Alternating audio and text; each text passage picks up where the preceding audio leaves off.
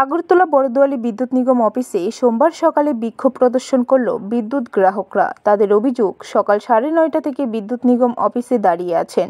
দীর্ঘ 2 ঘন্টা পর তাদের বিদ্যুৎ নিগমের কর্মীরা জানিয়ে দেয় সার্ভার ডাউন। এই বিষয়টি শুনতে পেরে তারা কিছুক্ষণ ধৈর্য ধরে দাঁড়ায়। পরে তাদের আবার বলা হয় তাদের নাকি এখন কর্মী নেই অফিসে, আরও 2 ঘন্টা লাইনে দাঁড়ানোর জন্য। তারপর গ্রাহকরা তীব্র প্রতিবাদে সামিল হয়।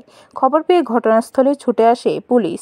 গ্রাহকদের অভিযোগ, শনিবার এবং রবিবার 2 দিন ছুটি থাকায় তারা রিচার্জ করতে পারেনি। বাড়িতে বিদ্যুৎ না থাকায় তারা সকাল সকাল বিদ্যুৎ নিগম অফিসে এসেছিল। সঠিকভাবে তারা পরিষেবা না পেয়ে এবং দীর্ঘক্ষণ লাইনে দাঁড়িয়ে থেকে বিক্ষোভ দেখিয়েছে তারা। পরিষেবা দেখা আগামী দিনে সঠিকভাবে দেওয়া হয় তারও দাবি জানিয়েছে।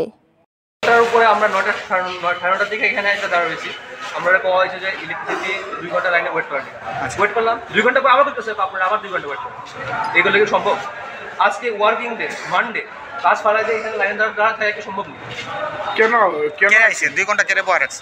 কারণ ইলেকট্রিসিটি নেই, প্রিপেড রিচার্জ নেই, তারা সার্ভার বলে ডাউন আছে এখানে। প্রত্যেকে হিংসা করে, একজনের সার্ভার ডাউন, একজনের নেটের সমস্যা, একজনের কি বলে ব্রাস্ট হয়ে গেছে, একজনের জয়পুর বলে খারাপ। আর কত শুনুন?